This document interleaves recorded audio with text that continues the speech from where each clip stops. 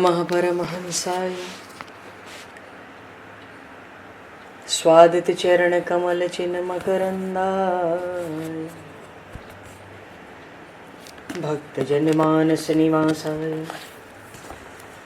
श्री रामचंद्राय नमः।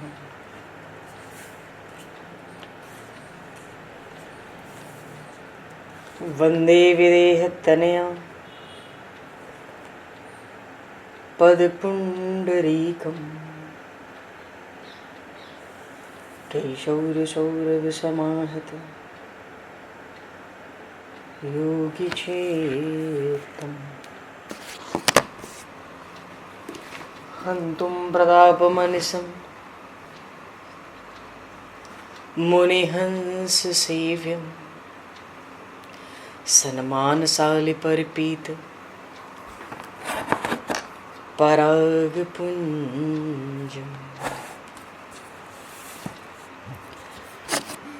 यत्र यत्र रघुनाथकीर्तनं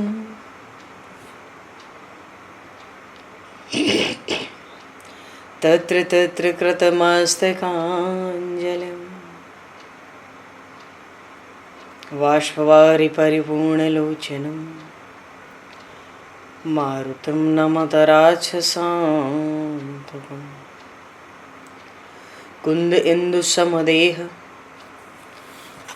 उमारमण करुणायन जाहि दीन परनेह करहु कृपा मर्दन मयन।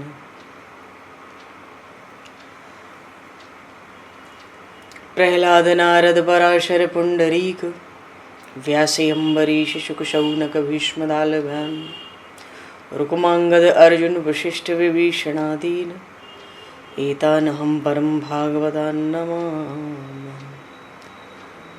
श्री सीतानाथ समारंभां श्री रामानन्दार्य मध्यमाम् अस्मदाचार्य पर्यन्तां वन्दे गुरु परम्पराम्।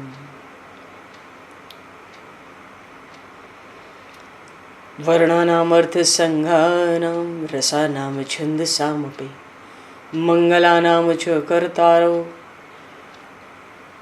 वन्दे वाणी विनायकौ।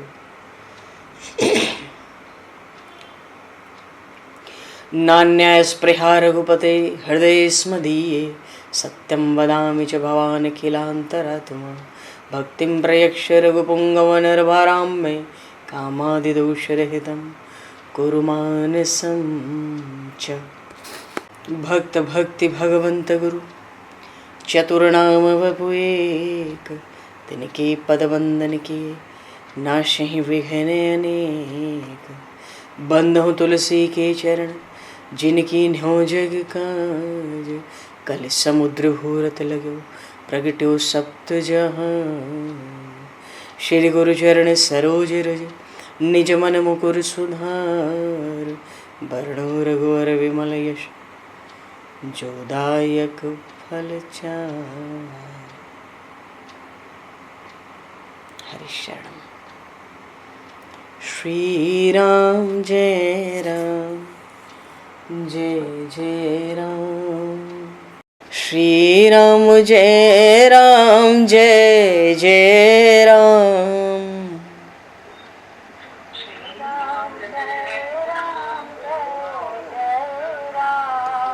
श्री राम जय राम जय जय राम।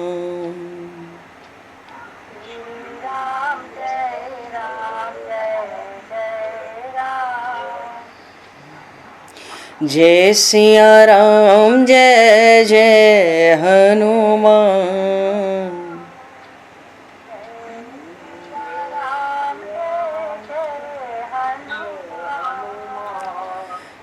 श्री गुरु रामानंद भगवान।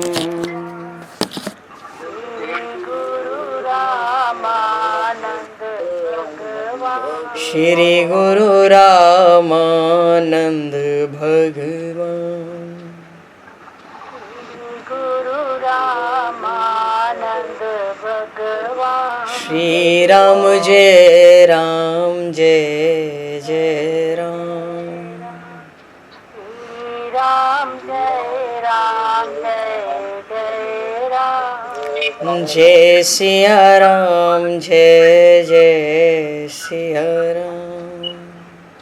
जय सिया राम जय सिया राम। जय सिया राम जय जय सिया राम।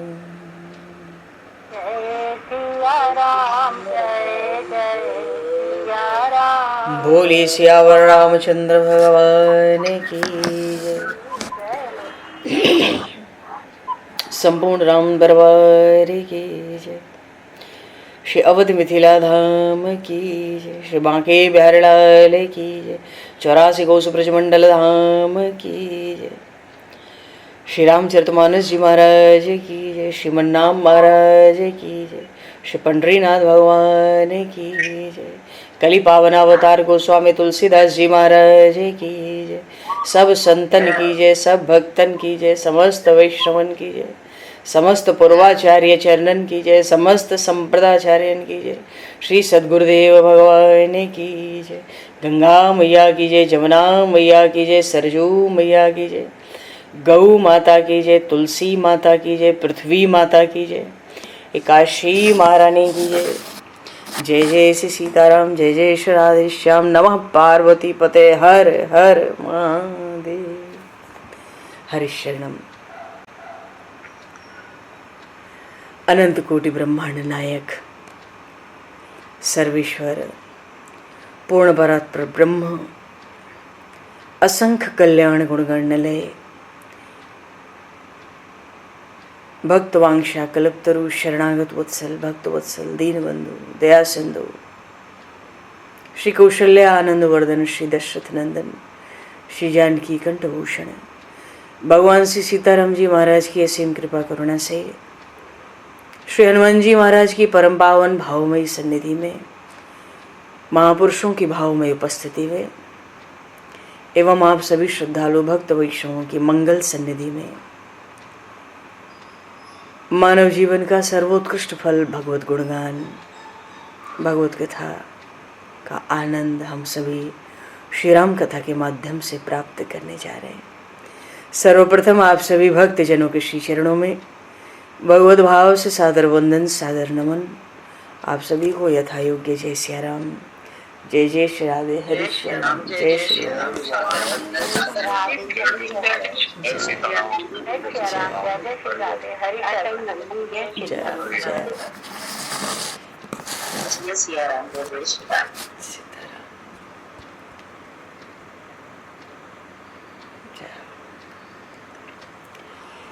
श्री रामचंद्र चरणों मनसा स्मरामि।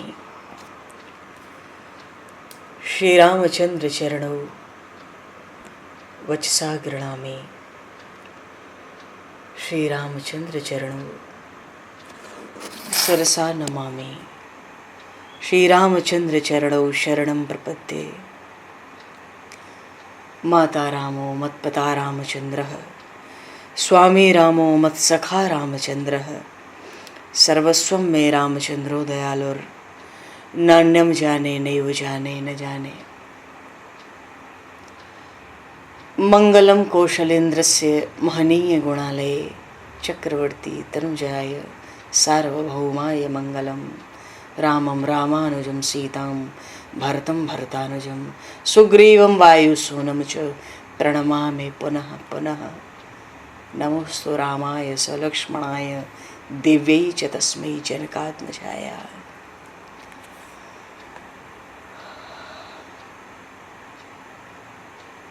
हरिशरणम। पूर्व प्रसंग में जब देवताओं को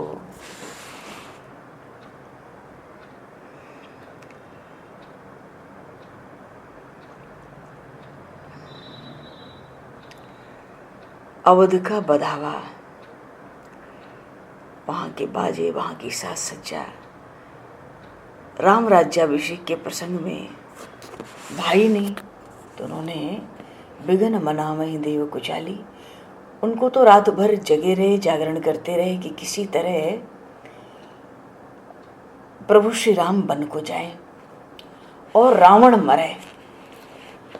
सब देवता देवराज इंद्र के पास अपनी गुहार लगाते हैं, क्योंकि एक बार प्रभु राज्याभिषेक हो जाए और राज्य सिंहासन पर प्रभु यदि विराज जाए तो फिर कहाँ रावण, कहाँ कोई प्रसंग। देवताओं ने भगवती सरस्वती को अपना आश्रय बनाया। सारद बोली विनय सुर करई, बारह बार पायले परई, कि माता आप जाओ, आपको कोई दोष नहीं देगा, क्योंकि जीव कर्म बस सुख दुख भागी। जीव को तो कर्म के कारण सुख दुख लगता है। श्री राम तो पूर्ण परात्पर ब्रह्म अविनाशी परमात्मा है, उनको कोई सुख दुख हर्ष विषाद तो है नहीं, क्योंकि सुख दुख कर्म का फल तब होता है जब कर्म में कर्तापन का भाव हो। वो तो न तो करता है और न भोगता है। तो देवताओं के लिए, हमारे हित के लिए आप अयोध्या जाओ। जैसे भी देवगुरु बृहस्पति के विशेष आग्रह पर मन मारकर भगवती सरस्वती अयोध्या आई हैं और आकर नाम मंथरा मंदमती चेरी कैकेयी केरी। महारानी कैकेयी की दासी है मंथरा। भाई भगवती सरस्वती को भी लगता है कि भाई देखें क्या कर सकते हैं, क्या कर सकते हैं। वनवास में भगवान का चरित्र जब प्रकाशित होगा तो बड़े बड़े भक्तजन भी मेरी चाहना करेंगे, अपनी वाणी पर प्रभु के चरित्र गाएंगे। तो चलो, भगवान के अवतार का प्रयोजन, मुख्य प्रयोजनों में एक है रावण का वध। और राम जी भी तो रावण वध के पहले राज्य सिंहासन पर विराजना नहीं चाहते। रावण इतना अत्याचार करता हो, धरती आकाश पाताल, और राम जी गद्दी पर बैठे, राम जी को शोभा नहीं देता। राम जी कहते नहीं नहीं। तो मन तो व्यथित है, पर देवताओं का अनुरोध भगवती सरस्वती ने स्वीकार किया और अयोध्या के राज सदन में महारानी कैकेयी के पास आना चाहती थी, पर उनकी बुद्धि को प्रभावित नहीं कर सकती। हाँ, थोड़े समय के लिए राम के प्रति जो प्रेम है माता कैकेयी का, उस प्रेम को शिथिल किया, पर अभी किया नहीं, अभी करेंगे। तो माध्यम किसको बनाया? उचित माध्यम थी मंथरा, ये कुब्जा है। शुरू से ही मुंह लगी हुई है, सुंदर श्रृंगार करके दिन भर आभूषण से अलंकृत रहना इसको बड़ा पसंद है, लदी रहती है आभूषणों से। महारानी कैकेयी की माँ की उम्र की है, बचपन से गोद में खिलाई है उनकी माता के अभाव में, तो बड़ा वात्सल्य भी है, बड़ा अधिकार रखती है, बड़ी मुंह लगी हुई है, प्रधान सेविका है। और प्रधान सेविका तो है, महारानी कैकेयी पे थोड़ा अनुशासन भी रख लेती है, क्योंकि गोद में इसने खिलाया है, कुछ भी बोलने में ज्यादा सोचती नहीं, मुंह लगी हुई है। चारों राजकुमारों की तो नानी की तरह बात करती है। जितने राज सदन में सेवक सेविकाएं हैं सब उससे डरते।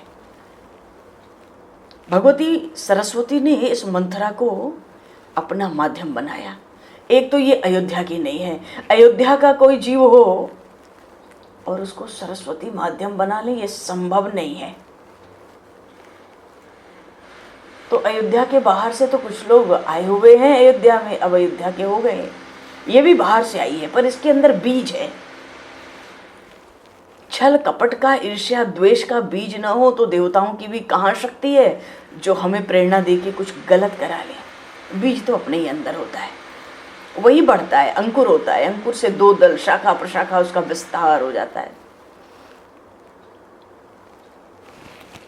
दीख मंथरा नगर बधावा, मंजुल मंगल बाज बधावा। पूछे से लोगों ने कहा उछाहू। मंथरा ने देखा शाम होने वाली है, मानो 6-7 तो बजने ही वाले हैं, 6 तो बज ही गए होंगे, दिल डूबने वाला होगा। इतनी देर हो चुकी थी मंथरा को देखते देखते। पूछे से लोगों ने कहा उछाहू, क्या बात है, इतना उत्सव काहे बात का हो रहा है? पूछा उसने,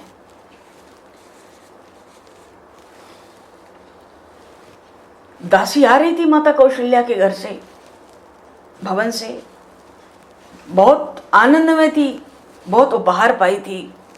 माता ने बड़ा स्नेह से इसको बहुत सम्मान दिया था। दासी ने कहा मंथरा से, अरे मेरे जैसा भाग्यशाली कौन है, मैं तो महारानी कौशल्या की दासी हूं। माँ ने तो आज मुझसे कहा है कि कल से मुझे नौकरी करने की आवश्यकता नहीं रहेगी, अब तो मैं दासी न होकर लगता है राजमाता जैसी हो जाऊंगी। मैंने राम को बचपन से गोद में खिलाया है, पाला है, राम मुझको माता के समान ही तो मानते हैं। मेरे राम का कल राज्याभिषेक होने वाला है, तुझे पता नहीं?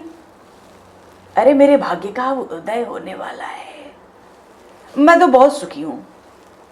अरे तू देखती नहीं, उदासी मंत्रा से कहती, तू देखती नहीं महारानी कौशल्या ने, मां कौशल्या ने मेरे गले में कैसा चंद्रहार पहनाया है, और तुझे तो मुझे तो चंद्रहार मिला, पर तुझे तो महारानी, तू तो महारानी क्या कहेगी दासी है, तुझे कुछ नहीं मिला।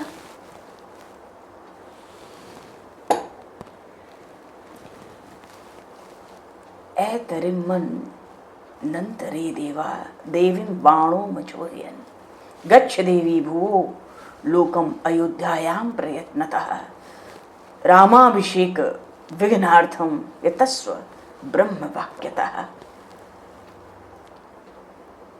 राम जी का राज्याभिषेक होना है, ऐसा जानकर सबको अतिशय आनंद हुआ,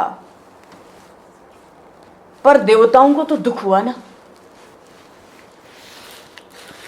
देवताओं को दुख हुआ।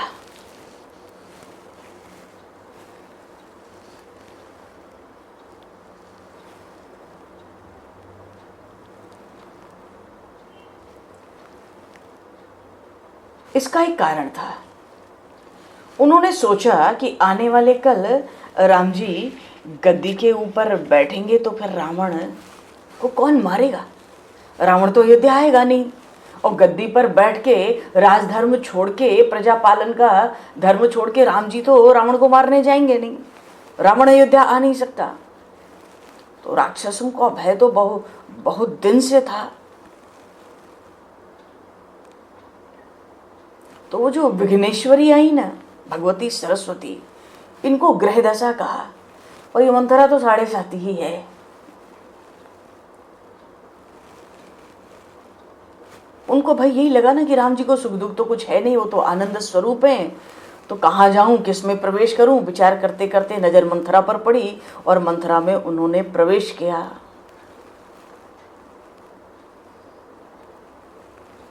मंथरा में प्रवेश किया, और मंथरा के हृदय में प्रवेश करते ही मत्सर प्रकट हुआ। ये मत्सर का बीज तो उसके अंदर था।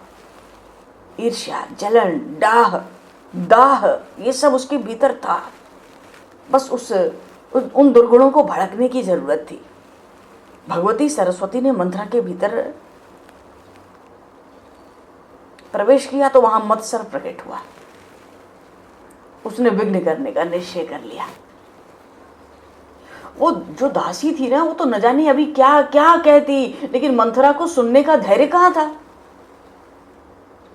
वो तो बड़ी महारानी शब्द से ही चिढ़ती थी, महारानी कौशल्या के नाम से ही ये मंथरा चिढ़ जाती थी, क्योंकि ये कह देश से कैकेयी के संग आई थी। सोचती थी हर कोई बस महारानी कैकेयी के साथ ही महारानी कहे, ये महारानी कौशल्या ये शब्द तो सुन ही नहीं पाती थी, बहुत चिढ़ती थी। तो जब उसने सुना कि कल श्री राम युवराज पद पर उनका अभिषेक होगा, ये सुनते ही उसको लगा मानो हृदय में बाण लगा हो।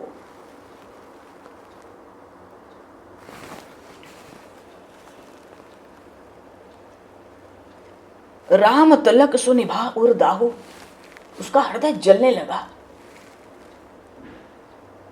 उसको मालूम पड़ा कि उसको ऐसा लगा कि लोग जानबूझकर सबने मुझसे और मेरी महारानी कैकेयी से ये समाचार छिपाया। आवेश में आ गई, विचार करती है, कर रही विचार को बुद्धि को जाती। एक तो इसकी बुद्धि खराब है, दूसरे इसकी जात भी अच्छी नहीं है। सोचती है हो ही अकाज कवन विधि राती, आज रातों रात क्या कर दें कि ये काम बनता बनता बिल्कुल चौपट हो जाए, बिगड़ न जाए, बिल्कुल चौपट हो जाए ये काम राम राज्याभिषेक का। रात ही रात का समय है, क्या करूं क्या करूं। जैसे कोई भिलनी होती है ना, किराते नहीं, तो वो जब कोई मधुमक्खियों का छत्ता देखती है शहद, तो सोचती है क्या उपाय करूं कि ये शहद हमारे हाथ लग जाए, क्या उपाय करूं। तो आवेश में आ गई है मंथरा।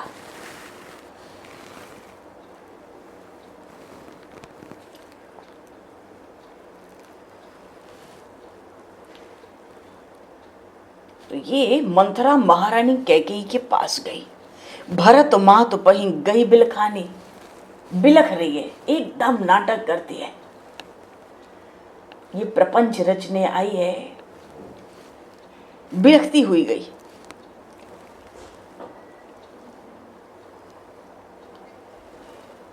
जाकर नाटक उसने आरंभ कर दिया। तो नाटक उसने कहां से आरंभ किया? रोकर।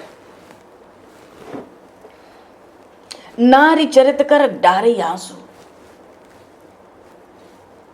तिरिया चरित जिसको कहते हैं ना, कुछ लोग रोने में बहुत निपुण होते हैं। एक कोई सज्जन थे, बताते थे, कहते थे जब कहो तब रो के खूब दिखा दे। 4 बार पलक इधर उधर घुमाई उल्टी सीधी और बस टप टप आंसू गिरना शुरू हो जाते थे उनके।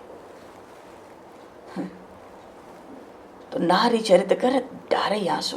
अब ये नारी चरित का अर्थ ये नहीं है, श्री रामचरित मानस में तो श्री किशोरी जी भी स्त्री स्वरूप में है, महारानी कौशल्या है, माता सुमित्रा है, अरे अनसुईया जैसी स्त्रियां हैं, और भी माँ बहुत बहुत है, महारानी सुनैना है।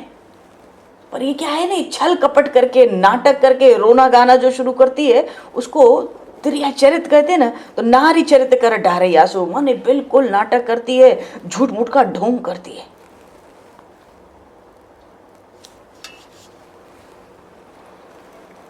तो महारानी कैकेयी के आगे मंथरा ने भी ऐसा ही स्त्री चरित्र किया, आरंभ किया। आंख से आंसू निकलने लगे, मंथरा कपट से रोने लगी। हंसी कहरानी गालू बड़ तोरे, दीन लखन सिख असमन मोरे। वो कोई दुखी तो हो नहीं रही थी, संबंधी बनकर रो रही थी, उसका तो सब नाटक ही था। महारानी कैकेयी को आश्चर्य हुआ, उसने मंथरा से पूछा तू क्यों रो रही है, तुझे क्या हो गया है, इतना गाल क्यों फुलाई रहती है, अनमनी क्यों रहती है हमेशा, लगता है लक्ष्मण जी ने तुझे आज कोई सजा दी है। क्यों? क्योंकि बोलती बहुत है ना, ये तो सबकी नानी बनी फिरती है राजकुमारों की। वो कुछ बोली होगी, लक्ष्मण से सहन नहीं हुआ होगा, उसने डपटा होगा, इसको झड़क लगाई होगी, लगता है लक्ष्मण जी ने तुझे कोई सजा दी है। दीन लखन सिख असमन मोरे, हंस के महारानी क्या कहती है, हंस कही रानी गालू बड़ तोरे। अच्छा, ये बात बात पर इसको नाराज होना भी आता था, इधर उधर की चुगली शिकायत बीच बीच में आके महारानी कैकेयी के पास कर जाती। इसका स्वभाव ही था ना कैकेयी देश से, ये थी ही ऐसे, इसका बीज ही ऐसा था। तो हंसकर महारानी कैकेयी ने कहा जब देखो तब मुंह फुलाई रहती है, क्या हो गया, क्या बात है, क्या मुंह लटकाई हुई है, क्या रो रही है। हाँ, लगता है लक्ष्मण जी ने तुझे आज कोई शिक्षा दी है, तू तो बहुत बोलने वाली है, तो इतना रो रही है, जरूर लक्ष्मण ने तुझे कोई सजा ही दी है मालूम पड़ता है। तब हूं न बोल चेरी बड़ी पापिन, ये बड़ी पापिन है, ये सेविका है, ये तो दुष्टा है, बोलती नहीं है।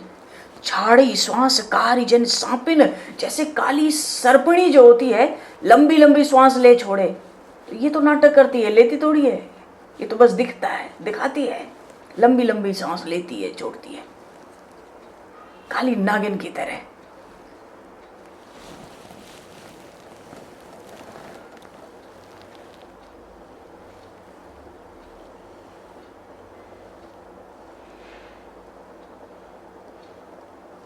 महारानी कैकेयी इस कुब्जा दासी का स्वभाव तो जानती थी, पर वो ये भी उनको लगता था कि मेरी जो दासी है मंत्रा, ये मुंह से तीखी भले हो, हृदय से महारानी कैकेयी को स्नेह तो करती थी, ये महारानी कैकेयी को पता था। तो ये कुछ थोड़ा बहुत नाटक तमाशा करती थी, तो वो एक दो झड़क दे के इसको टाल देने की अभ्यास थी, उनको भी ये पता था।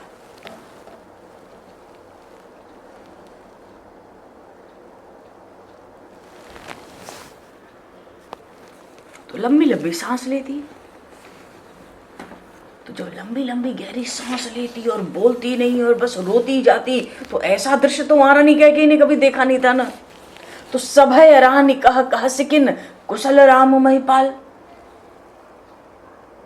अब महारानी कैकेयी को थोड़ा सा भय लगा, हल्का सा, इतना क्या बात हो गया, थोड़ा हल्का भय आया, उस भय को दबाया छिपाया और कहती है कह सिकिन, तू कहती क्यों नहीं कुशल राम महिपाल, मेरा राम तो कुशल है, राजा तो कुशल है,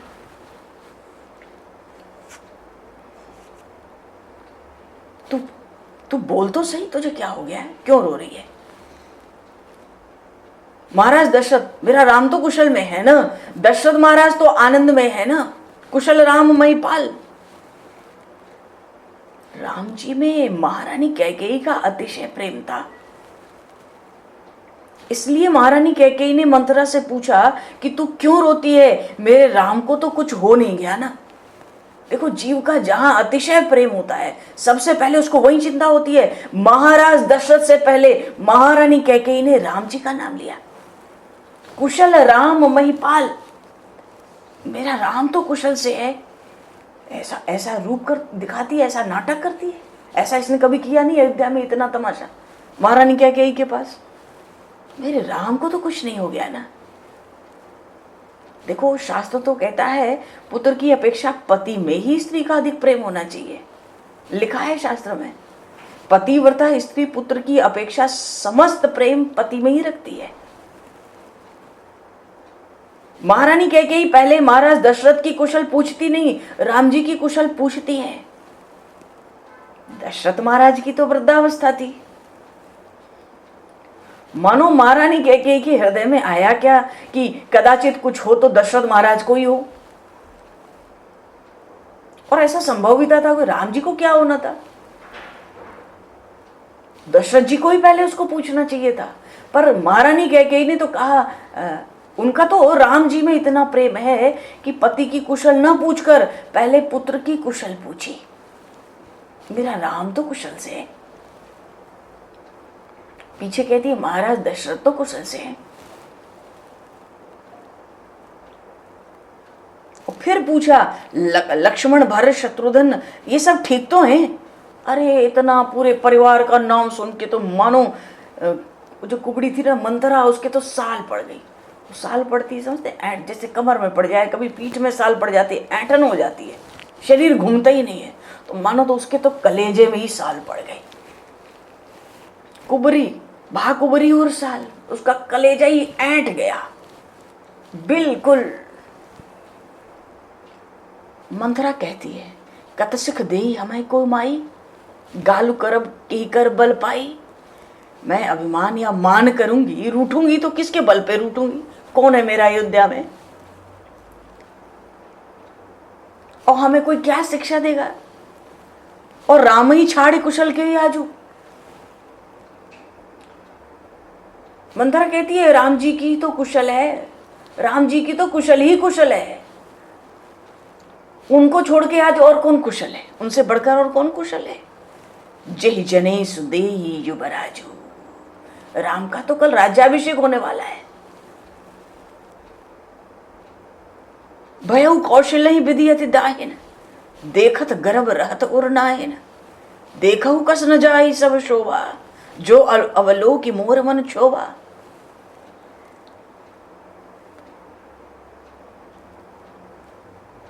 राम जी का राज्याभिषेक होना है, ये सुनकर तो महारानी कैकेयी को इतना आनंद, बहुत कठोर बोलती थी पर बात तो बढ़िया थी ना, बहुत आनंद हुआ महारानी कैकेयी को। उन्होंने झट अपने गले का चंद्रहार जो था उसको निकाला, उतार कर कैकेयी ने मंत्रा को दे दिया और कहा मेरे राम का राज्याभिषेक होने वाला है। मंत्रा, आज तो तुझे मैं चंद्रहार देती हूं, पर कल तो तू जो मांगेगी मैं तुझे वो दूंगी। तू जो मांगेगी, न मे परम किंचिदितो वरम पुनः प्रियम प्रियार्ये सुवचम वचोमृतम तथा यौवच त्वत्मतः प्रियोन्तरम वरम परम ते प्रददामि तम वृणो।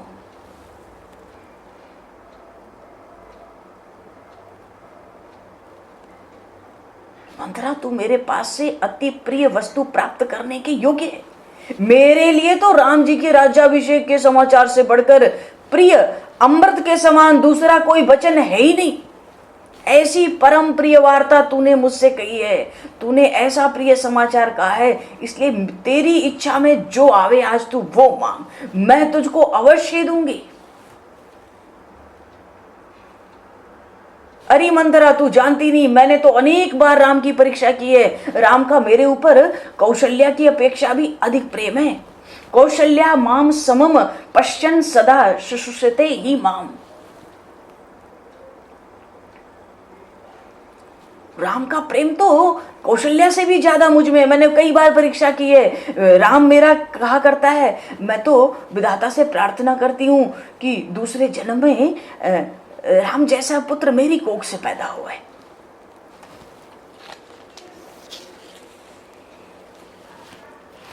पर मंत्रा,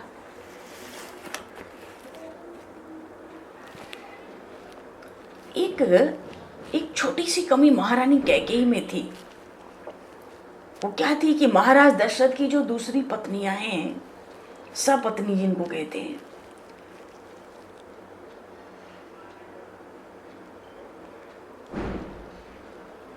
थोड़ा कहीं ना कहीं कुछ मान तो भीतर रहता था।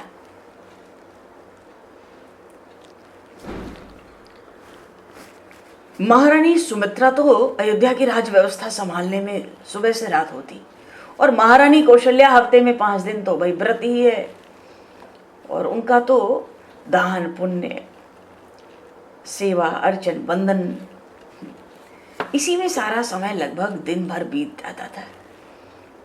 महारानी कैकेयी को राजनीति का, अस्त्र शस्त्रों का, रथों का, सवारियों का सब ज्ञान, सब अनुभव था।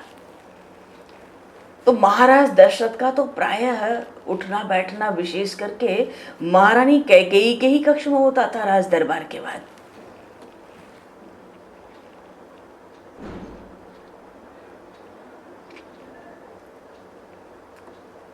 अच्छा, ये मंत्रा बड़ी दुष्टा तो है ही। ये जब आई थी ना, देखो कैसे भड़काती है। उसको लगता है कि क्या करके बात शुरू करें, क्या बात बनावें, क्या बीज यहाँ डाल दें कि कुछ बात रातों रात ऐसी बन जाए। तो उसने भी, वो भी तो महारानी कैकेयी को गोद में खिलाई है, बचपन से स्वभाव जानती है, खूब परिचित है। उसने भी माता महारानी कौशल्या का ही नाम लिया, और सपत्नी कैकेयी मानो किसी तरह से कुछ हृदय में जलन पैदा करना चाहती थी।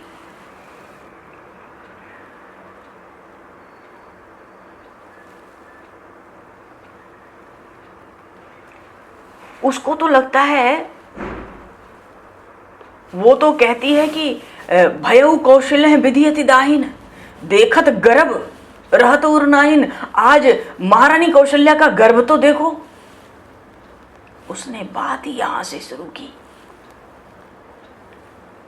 जब उसने देखा कि राम राज्याभिषेक से तो ये बड़ी प्रसन्न है, ये तो मूर्ख है, उसको तो लगता है तू शीघ्र उठ के खड़ी हो जा, तेरे ऊपर महान भय आ गया है, तेरे जन्म जन्म के पाप जग उठे हैं। बस चलता तो कैकेयी से ऐसे बोलती वो मंत्रा, उसका बस चलता तो वो सीधे ये कहती अरे तेरा अनिष्ट होने वाला है। उसका बस चलता तो वो महारानी कैकेयी की भर्त्सना करती। अब बात यह कि जब मंत्रा आई ना महारानी कैकेयी के पास, तो दोपहर का भोजन करने के बाद महारानी कैकेयी विश्राम कर रही थी।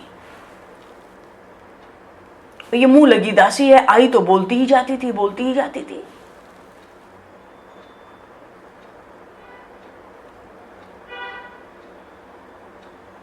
तू तो अपने सौंदर्य में ही पड़ी रहती है, तुझे अपने सौंदर्य का बड़ा गर्व है। तू समझती है कि राजा तुझ पर बहुत प्रेम है करते, बहुत प्रेम रखते, इसी गर्व में भूली हुई है।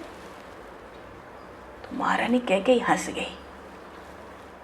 बस चलता तो दो चपत लगाती, पर वो मुंह लगी है ना।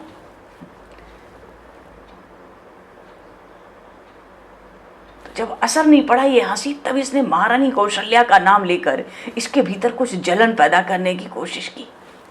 भयउ कौशल्य विधि अतिदायन, देखत गर्भ रहत उर्नायन, देखऊ कस न जाई सब शोभा। जाओ देखो।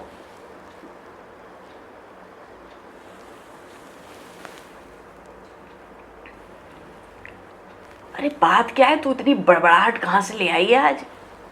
महारानी कह के हंसकर कहती है, क्या पागल हुई जा रही है? क्योंकि महारानी कह के भी तो इस कुब्जा दासी का स्वभाव तो जानती है।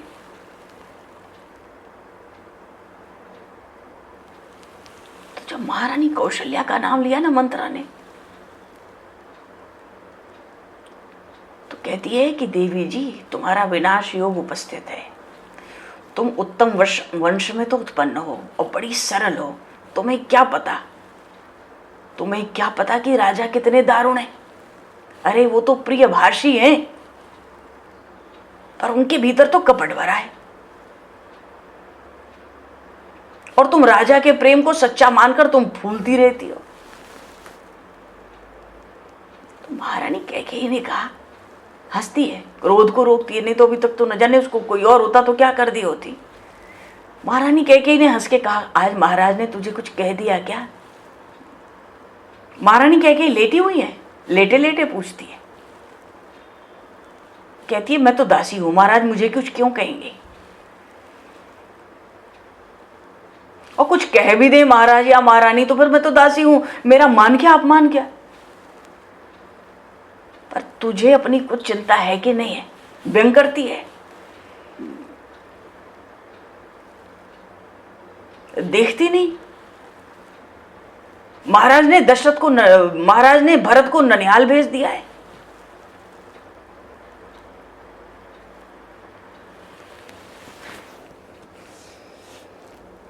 पूत विदेश न सोच तुम्हारे, जानत हहु बस नाहु हमारे। बस यही समझती हो कि महाराज दशरथ तुम्हारे वश में है। पुत्र को तुमने कह देश भेज दिया है इतना दूर, और राम के राज्याभिषेक को सुनकर प्रसन्न होती हो।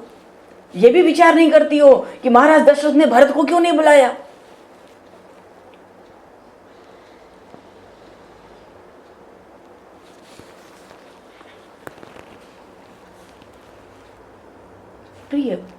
प्रिय वचन मलिन मनु जाने। गोस्वामी जी ने रामचरितमानस में कहा कि महारानी कैकेयी हंसती इसलिए थी, मन में तो आता था क्रोध करने का, क्योंकि इसने इतना सुंदर समाचार जो सुना दिया ना, सुनि प्रिय वचन कि राम का राज्याभिषेक होगा, इसमें उनको इतना आनंद हो गया कि आज ये कुछ भी कहती है महारानी कैकेयी को समझ ही नहीं आता। उनको तो भीतर ही आनंद उमंग लेने लगा, लहरें मारने लगा। सुनि प्रिय वचन मलिन, ये तो मलिन है ही मन की, ये तो इधर उधर की करती रहती है, इसकी बात पर क्या सोचना है। अपने भीतर के आनंद में महारानी कैकेयी को बड़ा आनंद प्राप्त हुआ। लेकिन जब इसने ये कहा ना कि भयउ कौशल्य विधि अतिदाहिन, आज तो किसकी कुशल है? महारानी कौशल्या की, उन्हीं की तो कुशल है। देखो उनके हृदय में कितना गर्व हो रहा है। अयोध्या की शोभा देखो, तुमने तो कुछ देखा नहीं, तुम तो खाट पर पड़ी हो। भरत को विदेश भेज रखा है, सोचती हो कि महाराज दशरथ तुम्हारे बस में है। बिल्कुल, तुम महाराज दशरथ की अपने स्वामी की तुम कपट को नहीं देखती, चतुराई को नहीं देखती। गुस्सा आ गया बहुत तेज। झुकी रानी अब रहो अरगारी, लेटे लेटे ही झटके से झुकी, बिल्कुल मुंह बंद रख, नहीं तो चुप, बिल्कुल कहती चुप कर, मुंह बंद कर। तो कितनी दुष्ट है, पति की भी बुराई कर रही है वहां। झुकी रानी, झुकी किस लिए? बंधन करने के लिए थोड़ी, तो मारने के लिए झुकी। जो अस्त्र शस्त्र होता वहीं से चलाती मंत्रा के ऊपर। झुकी रानी अब रहू अरगानी, अब मुंह बंद कर ले, बस बहुत हो गया। और पुण्य ऐसे कबहू कहा से घर फोड़ी, घर फोड़ती है, घर में झगड़ा कराती है, भेद करने आई है तू। महाराज की शिकायत करती है यहाँ, उनका कपट बताती है मुझे, उनकी चतुराई सिखाती है। तो घर फोड़ी तो हुई है। पुण्य से कबहू कहा से घर फोड़, दोबारा तुमने अपनी जबान से ऐसी बात निकाली, तब धरी जीभ कढ़ाऊं तो तेरी जीभ खींचवा लूंगी बैठे बैठे।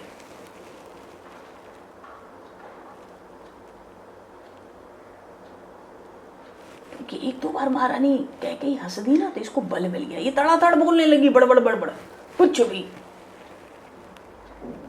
महारानी कह गई को तो आनंद था कि राम राजा होगा कल, और ये बकती जा रही थी। कहती मुंह एकदम बंद कर, एकदम मुंह बंद कर ले, नहीं तेरी जीभ खींचवा दूंगी। महारानी कह के मंत्रा से कहते जो काने होते हैं ना, और जो लंगड़े होते हैं, और जो कुबड़ वाले होते हैं, ये बड़े कुटिल होते हैं, बड़े कुचाल करने वाले होते हैं। ऐसे ही जानना चाहिए। मानो कह दिया तू भी ऐसी है, तू भी तो कुबड़ी है, और उसमें भी स्त्री हो, और ऊपर से दासी हो। इतना कहते कहते बहुत कड़वा, बहुत भारी बोल दिया। महारानी कह के ने बहुत भारी बोल दिया उसको। सुन प्रिय बचन मलिन मनु जानी, झुकी रानी अब रहो अरगानी। सुनी ऐसे कबहू पुनि ऐसे कबहू कहा से घर फोरी, तब धरी जीभ कढ़ाऊं तोरी। इतना कह के फिर उसको थोड़ा सा मंत्रा को सहज किया, बहुत ज्यादा डर न जाए, इसलिए थोड़ा फिर से मुस्कुरा कर कहती है। भरत माँ तो मुस्कुरा कर कहती है, एक तो काने ऊपर से लंगड़े, ऊपर से कुबड़े, ऊपर से कुटिल कुजाती, ऊपर से स्त्री, और स्त्री में भी चेरी दासी। थोड़ा मुस्कुरा के कही चलो उसको ज्यादा भय ना हो जाए। फिर कहती है, महारानी कह के कहती है, प्रिय बादन सिख दिन हो तो ही, जो मैंने तुमसे इतने कठोर शब्द कहे तो प्रियवादिनी है। प्रियवादिनी क्यों कहा? ये क्या प्रिय बोलती है? अरे प्रिय बोला ना इसने कि कल राम का राज्याभिषेक होगा। महारानी कह के ही तो इसी में फूली बैठी है। कहती तू तो प्रियवादिनी है, तू तो इतना प्रिय बोलती है, ऐसा प्रिय समाचार ले आई। ये जो मैंने तुझे इतना डांटा, मारने को भी तैयार हो गई, तो मैं तुझे शिक्षा दे रही हूँ। सपने में भी मेरा कोई क्रोध तुझ पर थोड़ा ही है। सपने हो तो पर कोप न मोही, पर ये बात नहीं है। क्रोध होना चाहिए, जब कोई गलत बात करे तो क्रोध आना चाहिए। अगर महारानी कह के ही नहीं ये बात नहीं कही होती कि सपने हो तो पर कोप न मोही, भाई बचपन से गोद से खिलाई है तब से लेके अभी तक है, तो उन्होंने भी सहज ही मुंह से निकल गया कि मुझे तो स्वप्न में भी तुझ पे गुस्सा नहीं आता, तो कुछ भी बक, तेरे स्वभाव को मैं जानती हूँ। पर गलत बात करती है तो क्रोध आना चाहिए। इसने महाराज दशरथ का कपट समझाने की कोशिश की। लखऊ न भूप कपट चतुराई, पूत विदेश न सोच तुम्हारे, जानत हो बस ना हो हमारे। तो महारानी कह के कहती चल कोई बात नहीं, मैं तो बहुत प्रसन्न हूं। सपने हो तो पर कोप न मोही, मतलब जो मैंने कह दिया कि तेरी जीभ कढ़वा दूंगी, खिंचवा दूंगी, तो ऐसी बात नहीं है। पर मुंह बंद रख, फालतू मत बोल, बकवास मत कर। देख मंत्रा, अब महारानी कह के ही कहती है, देख मंत्रा, सुदिन सुमंगल दायक सोई, तोर कहा पुर जेहि दिन होई। जेठ स्वामी सेवक लघु भाई, यह दिन कर कुल रीति सुहाई। राम तिलक जो साँचो काली, देहु मांग मन भावत आली। तेरी वाणी जिस दिन सत्य हो जाएगी वही सबसे सुंदर, सबसे मंगल दिन होगा। और रघुवंश की तो परंपरा है, बड़ा भाई स्वामी होता है, छोटा भाई सेवक होता है। ये तो रीते सूर्यवंश में सदा से ही चलती चली आई है। और सच में यदि राम तिलक जो साँचो काली, अगर सच में कल मेरे राम का राज्याभिषेक है तो जो मांग तुझे आज वो दूं। और इतनी आनंद में भर गई महारानी कहती है, देव मांग मन भावते आली। दासी नहीं कहा, आली सखी कहा।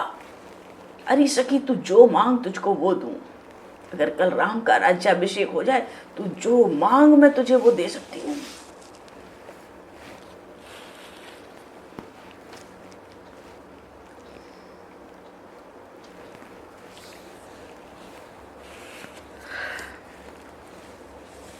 और तू महारानी, तू जीजी का नाम लेती है, महारानी कौशल्या का नाम लेती है। कौशल्या सम सब महतारी, राम ही सहज स्वभाव में प्यारी। मेरे राम को तो सब माताएं महारानी कौशल्या के समान ही प्यारी लगती है। और मोह पर करही स्नेह विशेषी, मुझ पर तो विशेष स्नेह है।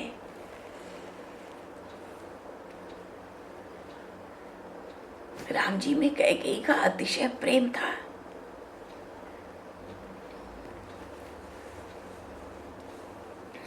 तो अमृत के समान समाचार ले आई है, वाणी ले आई है। ऐसी सुंदर प्रिय वार्ता तूने मुझसे कही है, जो तेरी इच्छा है वो मांग ले। राम को तो तू जीजी को हृदय में क्यों लाती है, महारानी कौशल्या को? अरे राम जी को सब माताएं सहज ही प्यारी हैं, और मुझ पर तो बड़ा प्रेम है, बड़ा विशेष प्रेम है। मैं करी प्रीति परीक्षा देखी, मैंने खूब परीक्षा करके राम जी की देख ली है। वो तो महारानी कौशल्या से भी मुझे ज्यादा आदर देते हैं, ज्यादा प्रेम करते हैं। तो जो विधि जन्म देहि कर छोहु, होहु राम सिय पूत पतोहु। प्राण ते अधिक राम प्रिय मोरे, तिनके तिलक क्षोभ कस्तोरे। मैं तो विधाता से प्रार्थना करती हूं कि मेरा आगे कोई जन्म हो तो राम मेरे पुत्र हो और श्री सीता मेरी पुत्र वधू बने। उन राम से प्यारा अधिक मुझे, वो तो प्राणों से अधिक प्यारे हैं। प्राण ते अधिक राम प्रिय मोरे। और फिर मेरे राम का राज्याभिषेक तुझे दुख किस बात का है, बता। देखो महारानी है, उस दुख को जानना भी बड़ा आवश्यक होता है राजनीति में। मेरे राम का राज्य तिलक है, तुझे दुख किस बात का है? महारानी कैकेयी को तो पूरा विश्वास नहीं हो रहा है। वो तो कहती है सच। मंथरा तो सच कहती है। प्रसन्न होके उठ के बैठ जाती है। अपने दाहिने चरण का जो रत्न जड़ित नूपुर था उतार के मंत्रा की गोद में फेंक दिया। दोबारा कहा ना मंत्रा ने राम राज्याभिषेक, बोली ऐसे ही कहती। अच्छा अच्छा, ये तो बिल्कुल ठीक बात कहती है। दाहिने पैर का नूपुर उतारा और उसकी गोद में फेंक दिया। कहती अभी जो तूने खबर सुनाई है इसका उपहार तू अभी ले ले। कल तो मैं तुझे जितना तू कहेगी उतने रत्न दूंगी। मेरे राम का कल अभिषेक है। मेरे लिए तो राम भरत से भी अधिक है। राम की वस्तुतः माता तो मैं ही हूं, मंथरा तू नहीं जानती। और फिर राम मुझको प्राणों से अधिक प्रिय है। फिर तुझे राम के अभिषेक से, तिलक से इतना दुख क्यों हो रहा है? ये जो दुष्ट है ना मंथरा, इसने बराबर अपना नाटक चालू रखा। उस नाटक में इसने कोई कमी नहीं आने दी। महारानी कैकेयी ने जिसको सुंदर चंद्रहार दिया था ना, इसने फेंक दिया। ऐसा ऐसा ढोंग करती है मानो बिल्कुल मुरझा गई और गिर पड़ी। मंथरा भूमि के ऊपर पड़ी।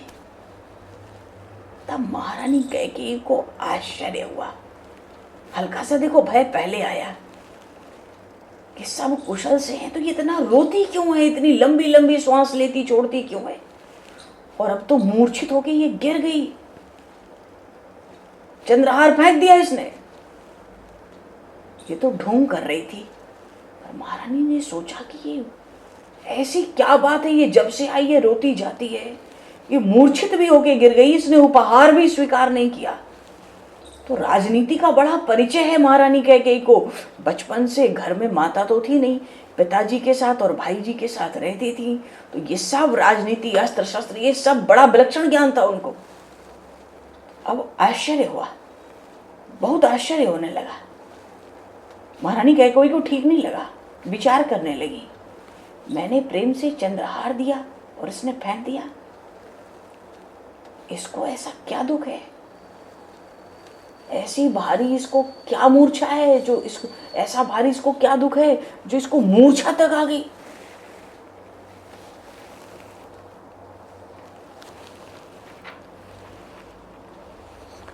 महारानी कहती है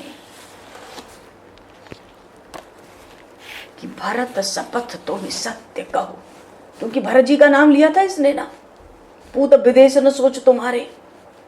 तो सोचती है अगर इसको आज राम अच्छे नहीं लगते तो चलो भरत की ही बात कर लेती हूँ।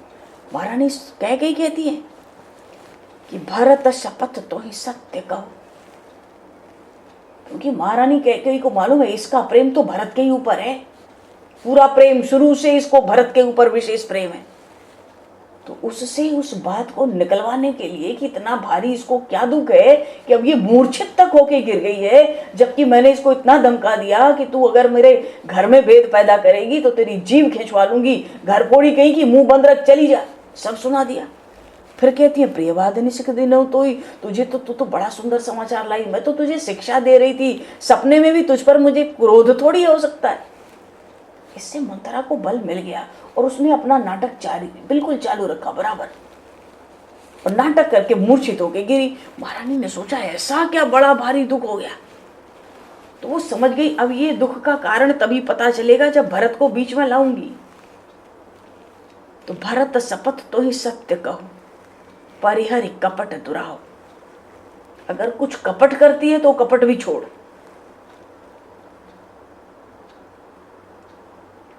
तुझे भरत की शपथ है, तू मुझसे सत्य सत्य कह, बात क्या है, तुझे इतना भारी दुख किस बात का है, सच्ची सच्ची बात बता। अपने भीतर कोई छल कपट करती है तो हटा, और कोई छिपाती है मुझसे कुछ तो उसको भी हटा। परिहरि कपट दुराओ। अरे ये तो हर्ष का, आनंद का, उत्सव का समय है, और ऐसे समय में तू इतना बड़ा भारी दुख मानती है, क्या कारण है बता मुझे सुना क्या कारण है।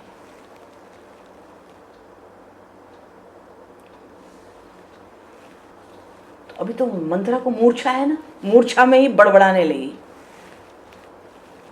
राम राजा हूं अथवा भरत राजा हूं,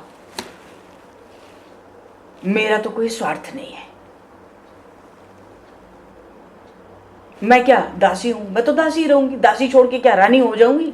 राम राजा हूं चाहे भरत राजा हूं, मेरा क्या स्वार्थ है। पर क्या करूं, मेरा स्वभाव ही बड़ा खराब है।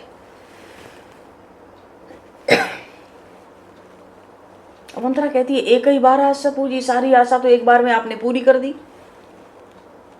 तो अब क्या दूसरी जीव लाऊं आपसे कुछ बात करने के लिए। एक जीव थी उसको आपने कह दिया कि कुछ कहेगी फालतू बड़बड़ाएगी तो जीभ खिंचवा दूंगी। एक जीव तो खिंचवाने की बात हो गई, तो दूसरी जीव कहां से लाऊं कुछ बताने के लिए। भले कहा तो दुख रौरे लागा। ये जो रौरे शब्द होता है ना, ये आपसे भी बहुत मधुर होता है, बड़ी मिठास होती है, आपसे भी ज्यादा बड़ी मिठास है इसमें। तो कहती है अब दूसरी जीव लाके कहां से कुछ कहूं, आपका भला कहती हूं जो भी आपको दुख लगता है। और दूसरे दास दासी आते हैं झूठ मूठ की बात बनाते हैं, सो आपको बड़ी अच्छी लगती है, और जब मैं कुछ कहती हूं तो मेरी बात आपको बड़ी कड़वी लगती है। तो ठीक है, दूसरे दास दासियों की तरह अब हम भी हाँ में लाएंगे, कुछ कहेंगे ही नहीं, आपका भला बुरा कहेंगे ही नहीं, अब हाँ में लाएंगे, और नहीं तो ना ही तो मौन रह दिन राती, अब हम मौन रहेंगे, कुछ बोलेंगे ही नहीं अब आपसे। वैसे ही इतनी ऐसी मेरी जाति, ऐसा मेरा रूप, मैं तो परवश हूं, और जो बोया जाता है वही तो खाया जाता है, वही तो मिलता है, जो देंगे वही तो मिलेगा, जो बोएंगे वही तो काटेंगे। और कौन नृप हो हमें कहानी, कोई भी राजा बने, दासी हूं दासी रहूंगी, रानी तो बनूंगी नहीं। पर क्या करे, अनबल देख न जाए तुम्हारा अनबल, तुम्हारा अमंगल, तुम्हारा अकल्याण मुझसे नहीं देखा जाता, मैं क्या करूं। इसलिए इस बात को विचार करके तुमसे एक बात कहती हूं, क्षमी देवी बड़ी चूक हमारी, मेरी चूक को आप क्षमा करना। पर इतनी दुष्ट है ना ये, बड़े रहस्यपूर्ण ऐसी ऐसी बात बना रही है जैसे महारानी कैकेयी को लगे कि बड़ा भारी भेद रहस्य लेकर आई है आज ये मंत्र। बड़ा कपट, भीतर तो कपट है, वाणी बड़ी मीठी बोलती है।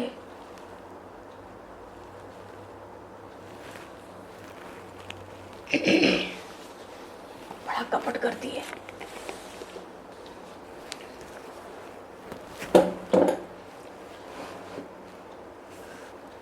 कहती है तुम्हारा कल्याण मुझसे सहन नहीं होता, राम का अभिषेक होना है ये सुनकर ही तुमको इतना सुख है, परंतु मुझको तो दुख होता है।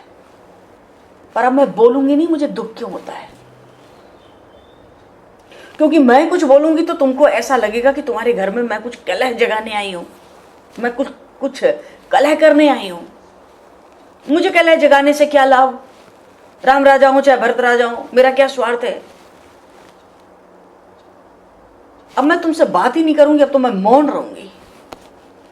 ऐसा ऐसा बात बनाने लगी, क्योंकि बार बार बोलती ना कि मेरा क्या स्वार्थ है, मेरा क्या स्वार्थ है। तो मंत्रा ने महारानी कैकेयी के मन के ऊपर कुछ छाप डालनी चाहिए। बार बार कहती मेरा क्या स्वार्थ है, मेरा भी क्या स्वार्थ है।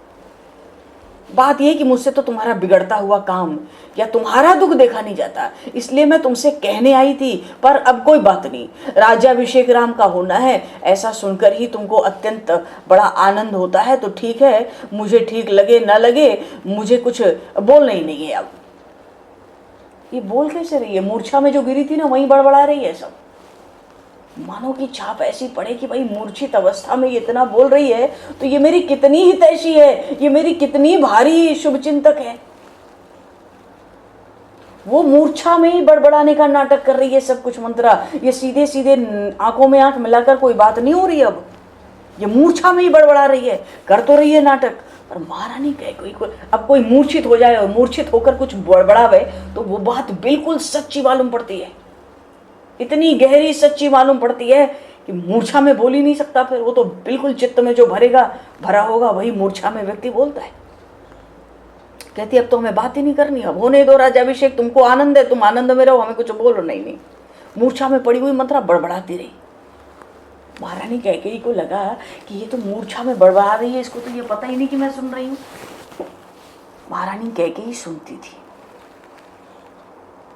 तो महारानी कैकेयी ने विचार किया कि ये जो कुछ भी बोल रही है वो कुछ बुरी बात भी नहीं है। कैसे, अरे राम राजा हो या भरत राजा हो, इसका तो कोई स्वार्थ है नहीं। हाँ ये है कि मेरे साथ तो इसका बड़ा लगाव है,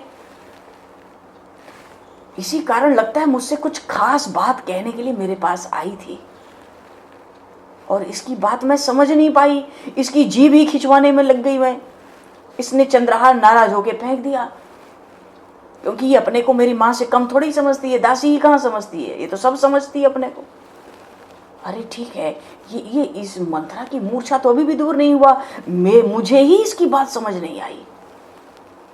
इसलिए अब महारानी कैकेयी ने विचार किया कि अब मुझे इसका तिरस्कार नहीं करना चाहिए, मानो इसको डराना नहीं चाहिए, फटकारना नहीं चाहिए, घर फोड़ी कह के नहीं बुलाना चाहिए, मुझे इसका अब तिरस्कार नहीं करना चाहिए। फिर महारानी सोचती है कि मूर्छा में जब ये मेरे हित की इतनी बात करती है और इसका स्वार्थ भी नहीं है कुछ, कोई भी राजा उसको क्या लेना देना, दासी छोड़ के रानी थोड़े बन जाएगी, भरत राजा होंगे तो। अब इसका तिरस्कार ना करूं, पहले मैं इसको प्रेम से मनाऊं। महारानी कैकेयी बड़ी माननी भी तो है, बात बात में रूठना इनको भी आता है महाराज दशरथ से। तो उनके मन में आया पहले अब इसको मैं तिरस्कार ना करूं, इसको झिड़कूं, हमेशा झिड़कती हूँ, अब इसको प्रेम से पहले मनाऊं, ये मूर्छा अवस्था में ऐसी भारी भारी बातें करती है, देखूं फिर। तो महारानी कैकेयी ने क्या किया, महारानी कैकेयी मंत्रा के पास बैठ गई। देखो पलंग पर पहले लेटी थी, फिर बैठी आनंद में। जब सुना कि राम का राज्याभिषेक है, आनंद में बैठ गई और उपहार देने लगी मंत्रा को आनंद में भर के। और अब वहां से उठी अपने शैया से और आकर मंत्रा के पास बैठ गई। तो बैठ गई तो नीचे तो बैठी होंगी, जब इसका तिरस्कार नहीं करना, प्रेम से इसको मना के सारी बात पता कर रही है कि बात क्या है। ऐसी स्थिति तो मैंने जन्म से आज तक मंत्रा की नहीं देखी थी, और राजनीति भी यही कहती है कि पहले बात तो पता चले। तो महारानी कैकेयी जाके नीचे बैठ गई उसके पास, और फिर क्या किया, उसकी पीठ पर हाथ फेरने लगी,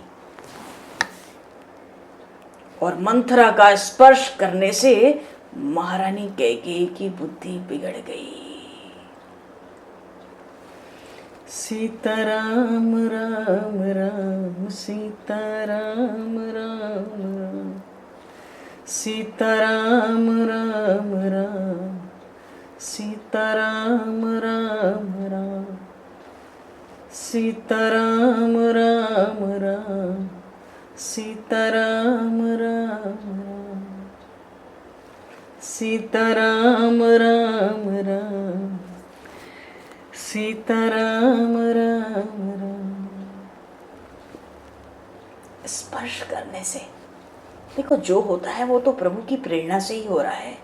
प्रभु की प्रेरणा से ही देवताओं में व्याकुलता हुई, प्रभु की प्रेरणा से ही भगवती शारदा अयोध्या आई, प्रभु की प्रेरणा से ही मंथरा को अजस की पिटारी बना गई, प्रभु की प्रेरणा से ही मंथरा को बनाने का अर्थ था कि महारानी कैकेयी की तरफ जा, माता कैकेयी की ओर जा, वहां जा, काम बना, मुझे तो वन में जाना है ना। और महारानी कैकेयी का प्रभु श्री राम पर अतिशय प्रेम है। अभी तक तो उसको सजा देना चाहती थी, बड़ा बड़ा डराया धमकाया और सजा दे सकती थी, पर जैसे ही उस पर हाथ फेरा ना, वो तो नाटक करके पड़ी हुई थी मूर्छा के, और जैसे ही हाथ फेरा बुद्धि बिगड़ गई। देखो, एक बात है, अत्यंत कामी व्यक्ति का और अति पापी का स्पर्श कभी नहीं करना चाहिए, क्योंकि स्पर्श करने से उसके परमाणु अपने में आ जाते हैं। स्पर्श से अनेक दोष उत्पन्न होते हैं। बिना कारण किसी का भी स्पर्श नहीं करना चाहिए। तो किसी को छूना और किसी को न छूना, ऐसी जो स्पर्श अस्पर्श की जो मीमांसा है हमारे ऋषियों ने की है, वो बहुत ही समझ कर की है। इसमें किसी जीव का तिरस्कार नहीं किया गया है। आत्मा तो शुद्ध है, परंतु सबका शरीर तो शुद्ध नहीं है ना। कदाचित मान लो किसी का स्थूल शरीर बाहर से भले ही ठीक हो, पर सूक्ष्म शरीर बिगड़ा हुआ हो तो वो दूसरों को बिगाड़ देता है। तो स्पर्श किसका करना चाहिए? ये जो स्पर्श और अस्पर्श की मीमांसा ऋषियों की है, वो ये कहती है कि जिसका चरित्र अति शुद्ध न हो, उसके तो हाथ का पानी पीना भी उचित नहीं है।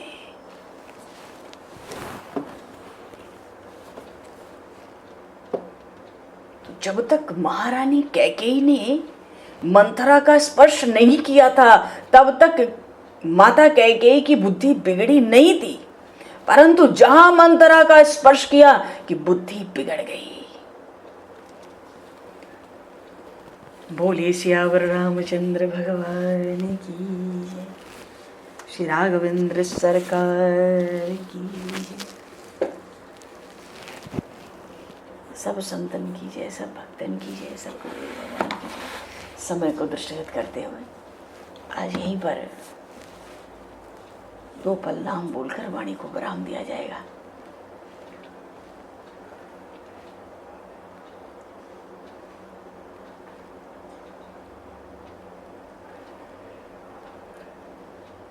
जय सिया राम, जय जय सिया राम,